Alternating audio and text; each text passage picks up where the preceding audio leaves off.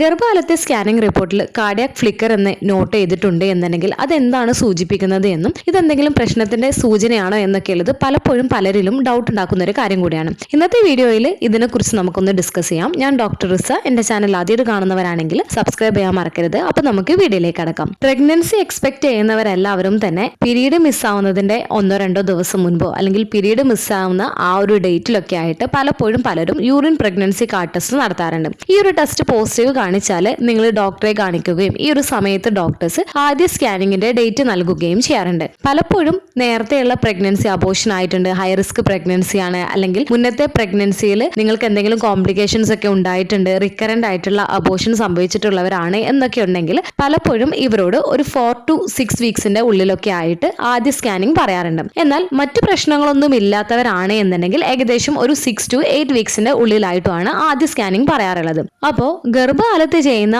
ആദ്യ scanning report എടുത്ത് നോക്കിക്കഴിഞ്ഞാൽ പലപ്പോഴും നിങ്ങൾ ശ്രദ്ധിച്ചിട്ടുള്ള ഒരു കാര്യമായിരിക്കും അതിനകത്ത് കാർഡിയാക് ഫ്ലിക്കർ എന്ന് നോട്ട് ചെയ്തിട്ടുള്ളത്.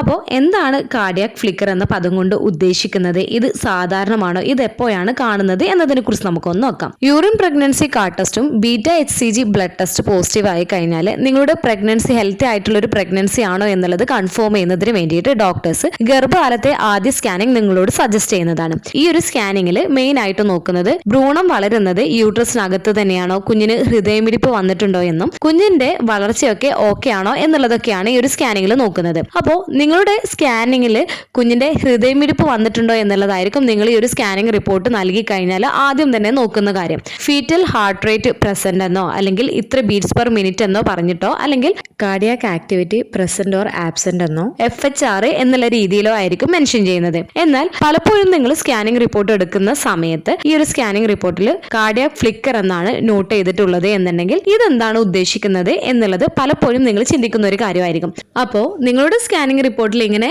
മെൻഷൻ ചെയ്തിട്ടുണ്ട് എന്നുണ്ടെങ്കിൽ താഴെ കമന്റ് ചെയ്യാൻ മറക്കരുത്.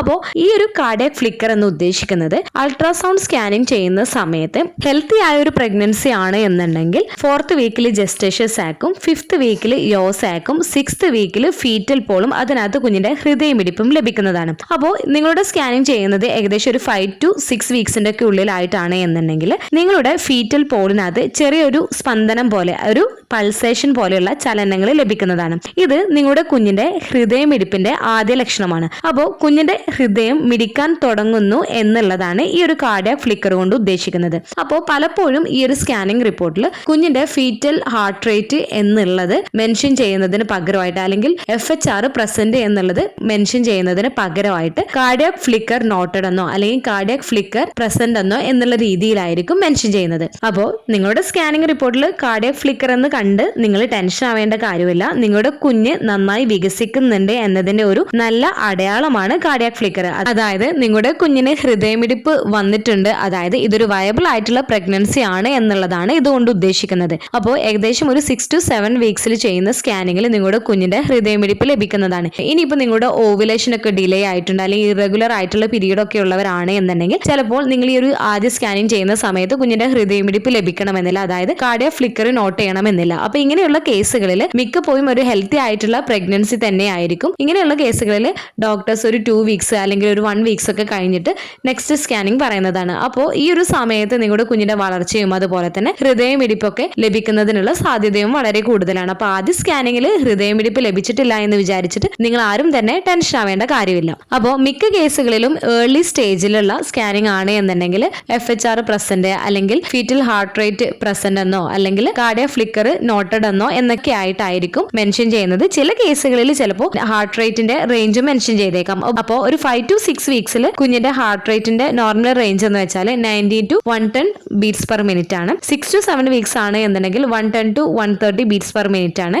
8 വീക്സിനേക്കാളും മുകളിലാണ് എന്നുണ്ടെങ്കിൽ കുഞ്ഞിന്റെ ഹൃദയമിടിപ്പിന്റെ normal range 120 to 180 beats per minute ആണ്. അപ്പോൾ ആദ്യ സ്കാനിങ്ങിൽ കാർഡിയാക് ഫ്ലിക്കർ നോട്ട് ചെയ്തിട്ടില്ല എന്നുണ്ടെങ്കിൽ ഡോക്ടേഴ്സ് വീണ്ടും ഒരു 7 to 10 ഡേയ്സിനുള്ളിൽ വീണ്ടും റിപ്പീറ്റഡ് ആയിട്ട് സ്കാനിങ് ചെയ്യാൻ പറയുന്നതാണ്. ഈ ഒരു സമയത്ത് ചിലരോട് ചിലപ്പോൾ beta-hCG ബ്ലഡ് ടെസ്റ്റും കൂടി ചെയ്യാൻ പറയുകയും ചെയ്യുന്നതാണ്. അപ്പോൾ ഒന്നുകൂടെ പറയാം, നിങ്ങളുടെ കുഞ്ഞിന്റെ ഹൃദയമിടിപ്പിന്റെ ആദ്യ ദൃശ്യമായ അടയാളമാണ് കാർഡിയാക് ഫ്ലിക്കർ എന്ന് കൊണ്ട് ഉദ്ദേശിക്കുന്നത്. ഗർഭകാലത്ത് ഏർലി സ്റ്റേജിലാണ് നിങ്ങൾ ഈ ഒരു സ്കാനിങ് ചെയ്യുന്നത് എന്നുണ്ടെങ്കിൽ വയറിന്റെ മുകളിലൂടെ ചെയ്യുമ്പോൾ കുഞ്ഞിന്റെ ഹൃദയമിടിപ്പ് കേൾക്കണമെന്നില്ല. അപ്പോൾ ഇങ്ങനെയുള്ള സാഹചര്യത്തിൽ ഡോക്ടേഴ്സ് ട്രാൻസ് വജൈനൽ സ്കാനിങ് പറയുന്നതാണ്, അതായത് യോനി വഴി ചെയ്യുന്ന സ്കാനിങ് പറയുന്നതാണ്. അപ്പോൾ ഇങ്ങനെ യോനി വഴി ചെയ്യുന്ന സ്കാനിങ്ങിൽ മിക്ക കേസുകളിലും കുഞ്ഞിന്റെ ഹൃദയമിടിപ്പ് കേൾക്കാൻ സാധിക്കുകയും ചെയ്യുന്നതാണ്. ഇത് ഏകദേശം ഒരു 5 weeks + 5 days to 6 weeksന്റെ ഉള്ളിൽ ചെയ്യുന്ന സ്കാനിങ്ങിലാണ് ഇത് കേൾക്കാൻ സാധിക്കുകയും ചെയ്യാറുള്ളത്. അതുപോലെ തന്നെ ഗർഭാവസ്ഥയുടെ തുടക്കത്തിൽ ഒരു സാധാരണ ഹൃദയമിടിപ്പിന്റെ റേഞ്ച് എന്ന് വെച്ചാൽ 90 to 110 beats per minute ആണ്. കുഞ്ഞ് വളരുന്നതിനനുസരിച്ചിട്ട് കുഞ്ഞിന്റെ ഹൃദയമിടിപ്പ് കൂടുകയും ഏകദേശം ഒരു 8 weeks ഒക്കെ ആയി കഴിഞ്ഞാൽ കുഞ്ഞിന്റെ നോർമൽ ഹാർട്ട് റേറ്റ് എന്ന് വെച്ചാൽ